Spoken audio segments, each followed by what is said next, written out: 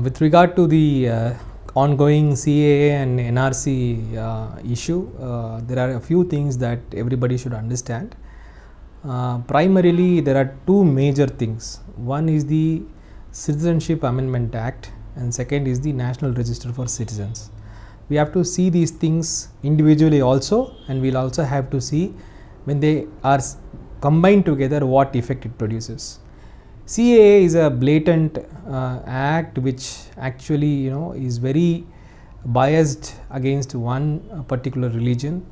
In my opinion, this act is completely unconstitutional. We don't have to see other arguments on this matter. It is very simple that a particular act is made on the basis of a particular religion, which means it has excluded a religion and has made religion as a basis for a particular thing. So I feel that simple aspect itself should be opposed, and within a country like ours, we should not give any support to such act. Today it will be this aspect, tomorrow it will be another aspect, tomorrow it will be another religion.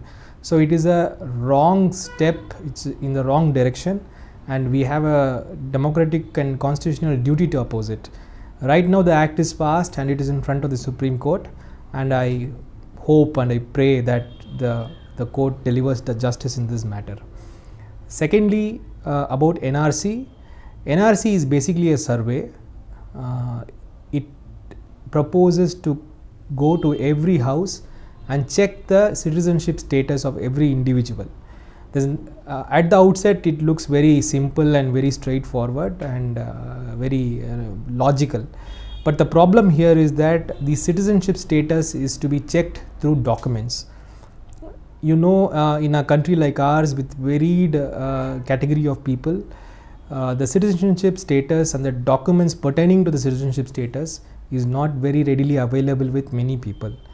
It is an exercise in which a lot of people will be sort of put on the doubtful list, as it is shown in Assam, where around 19 lakh people have been put in as declared as illegal immigrants, but 40 lakh have been actually declared initially doubtful.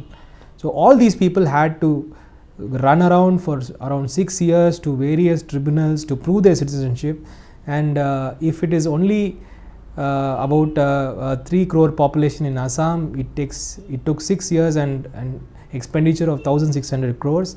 One can imagine what would be the status of if it is deployed in the whole country of 130 million population, and the economic load on the country and the states. So I think it's an exercise which is completely not required at this moment, which is not, it is unprecedented. It has not been carried over, such an exercise has not been carried over in the whole world as such for citizenship. Otherwise, tackling illegal immigrants, already laws are available. Police and others can act on intelligence rather than doing or improving the intelligence and controlling illegal immigrants coming into the country. Coming to every civilian house and forcing him to prove his citizenship is something which is unnecessary.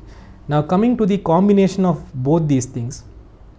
Now NRC also to be understood on the context of what will be done during NRC. The first step in doing NRC is a NPR, which is a National Population Register, which is a register of the ordinarily residing citizens in a particular area. So enumerators will come to our house and they will list out the ordinary residing citizens, that is citizens who are residing for 6 months in an area will be entered into a register. Now based on this information, a tabletop exercise will be carried out to find out who are the doubtful citizens. Now how does one sort of round off doubtful citizens is not clear in the rules or anywhere. It is only given to the discretion of the officers.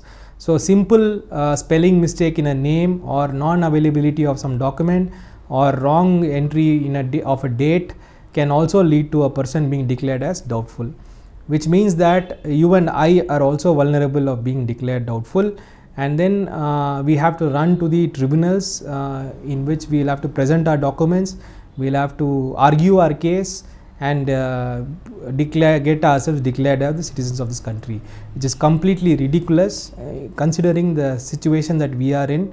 we are going through a absolute economic low as of now, and I think the coming days will be very troublesome for many people as far as the economic front is concerned.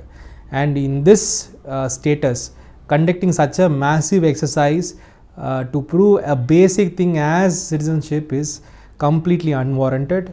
And in a state like Karnataka, we hardly have any illegal immigrants, and I don't see any sense in doing this. So now coming to the combination of these two things, there is a very big possibility of a particular community getting rounded off as doubtful, with the ideology which is of the government in the center. It is very possible that a particular group of community might be targeted, because in CAA they have passed a law which targets a particular community. Nothing would stop the government from rounding off people who are belonging to a particular community as far as this NPR and NRC combination is concerned. And as far as CAA is concerned also, there is no logic in the whole thing. In fact, it has spoiled the Citizenship Act itself, because illegal immigrant is clearly defined in the rules and the act, that a person without passport or somebody who has exceeded the passport limits is considered as illegal immigrants. Now they have said, except Muslims from these three countries, whoever have been residing in India, whoever has been an illegal immigrant, will be given citizenship, which is complete violation of the whole principle and this thing. Better than that, the government can actually make a policy for refugees and treat everybody equally. So the combination of this CAA and NPR, NRC, it's not NRC alone, it is NPR and NRC, because NPR is the first step and NRC is the second step. So a combination of NPR and NRC plus CAA is pretty lethal, and it raises a lot of doubt towards the intention of the government of bringing these three things. So they have not said that they will do NRC. They have said, we have not at all discussed, but they have not said that they are going to stop NRC. They simply said that we have not discussed about it. But it is absolutely ridiculous, because when they going ahead with NPR, it means that it is only NRC. There is no other reason for NPR. So my take on this is very simple. This is simply an unconstitutional and unnecessary act. The world, countrywide, there are people who have sort of advising the government and also protesting in various forms to raise their voice and make the government hear that this is not necessary, but the government is going through with it. Now 11 states have said that we will not implement NPR, which means the concept of national register is no more. So nobody can create a national register now, with 50% of the states already declaring that they will not do an NPR. So we should also join them. All the liberal forces in all these states should join them, and we should declare an individual civil disobedience of not cooperating with this NPR exercise. And I have myself personally written a letter saying that I will not give any document to NPR, and I will disobey the law. And if the strategy with all the people should be also that.